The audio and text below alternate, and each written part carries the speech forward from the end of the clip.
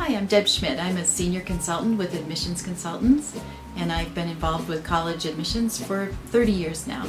I've worked at Carleton College in Minnesota and Cornell University in New York, and I've also worked as a writer for the College Board. I love helping families and students make this really special and important transition in their lives, and I look forward to working with you. Most selective colleges require 2 letters of recommendation. You need to think strategically when choosing the people you ask to write those letters. If you're applying to college directly from high school, the colleges will likely specify that your letters be from teachers. If you did a gap year or otherwise took time off after high school before applying to college, you may also want to submit 1 or more letters of recommendation that can describe and promote what you've been accomplishing more recently.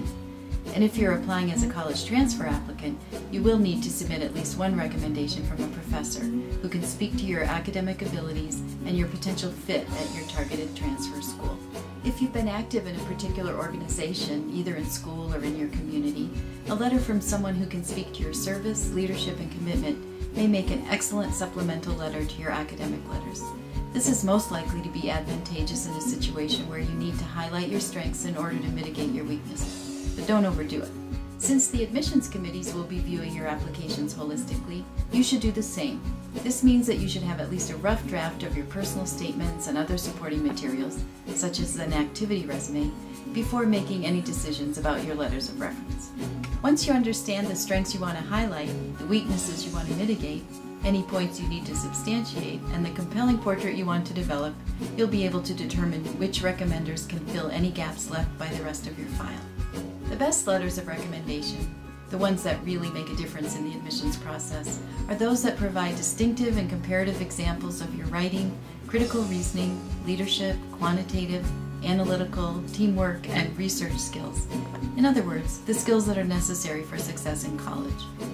It's also advantageous if your recommenders can discuss how they observed you contribute to class and show that you were prepared, engaged, and a frequent participator. Admissions committees are looking for students who are going to be engaged in the classroom and in the life of the college community, not passive observers who merely do their homework and show up to class every day. The person who can write the most effective letter of recommendation is the person who knows you the best and appreciates you the most.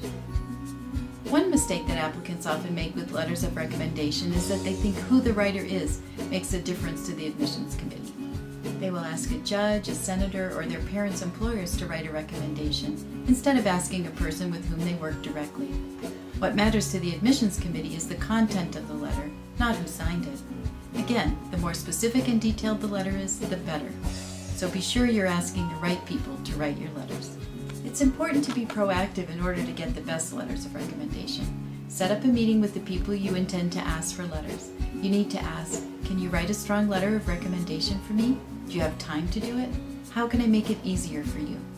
The application review process is perhaps most frequently delayed because a letter of recommendation has not been received by the admissions office.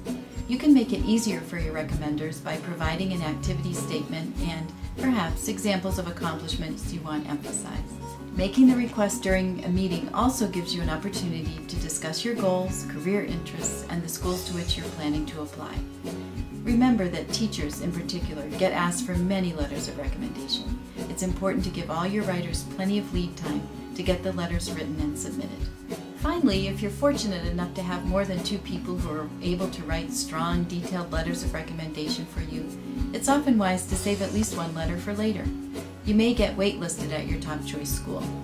When that school reviews applicants on its waitlist for admission in the late spring or summer, the admissions officers will be looking to see that you updated your file with additional information. An outstanding letter of recommendation, particularly one that mitigates whatever concerns might have caused you not to be admitted outright, might get you off the waitlist and into your dream school's next incoming class. If you've got a pressing question about the admissions process, please don't hesitate to call us at 703-242-5885.